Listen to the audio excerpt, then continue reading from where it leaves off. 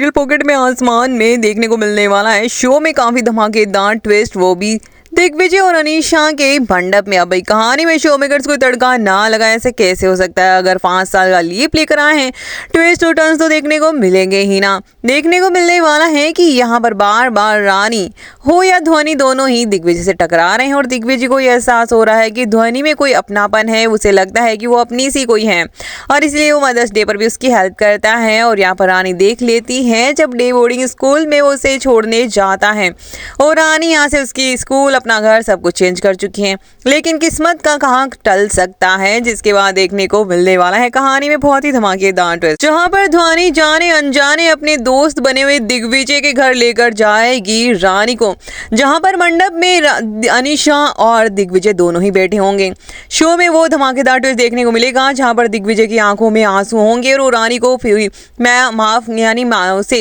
भूल नहीं पाना होता है। चाहे वो सगाई हो, कुछ भी हो, उसे सारी चीजें रानी की ही याद आ रही होती हैं। दूसरी तरफ देखने को मिलने वाला है कि ध्वनि यहाँ पर जाने अनजाने में रानी को मंडप में लेकर पहुंचेगी और कहेगी, देखा ना दोस्त, मैंने कहा था ना मेरी माता रानी जरूर आएगी।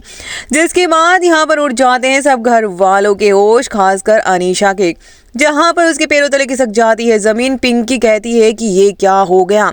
अनीशा सोचती है अगर अब रानी ने सच कुछ कह दिया तो अब तो सबके सामने सच आ जाएगा। देखने को मिलने वाला है कि रानी यहाँ पर अपनी बेटी के साथ पहुंची है।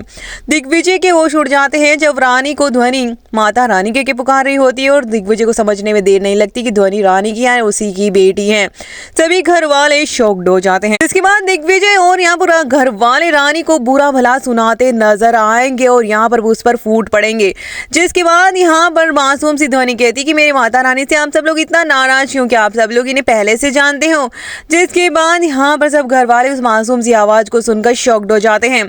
जिसके बाद रानी यहाँ पर रोते हुए अपने बहुत ही कम आवाज में कहती है कि ये दिग्विजय, ये तुम्हारी ही बेटी है। सब घर वाले यहाँ पर अनीशा और इशादी को बोलकर पूरी ध्वनि के आगे पीछे मंडराते नजर आते हैं।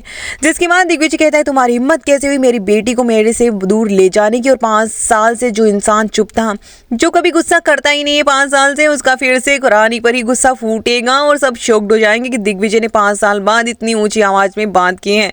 देखने को मिलेगा कि रानी यहाँ पर कहेगी कि क्यों तुम्हें तो अनीशा से फुर्सत नहीं थी ना, तुमने भी तो मुझे धोखा दिया था उस रात। जिसके बाद दिग्विजय बताएगा सारा सच, तो रानी भी सच बताने से पीछे नहीं हटेगी और कहेगी कि मैंने कब तुम्हें मेडिकल रिपोर्ट भेजी थी कि हमारा बच्चा इस दुनिया में नहीं है। इसके बाद दिग्विजय और रानी को समझने में और पूरे परिवार को समझने में कोई भी गलती नहीं होगी। रानी बता देगी ये साजिश भी अनीशा की ही थी और रानी को भी बहुत बुरा लगेगा कि उसने अनीशा की घटिया साजिश में आकर ये घर छोड़ा।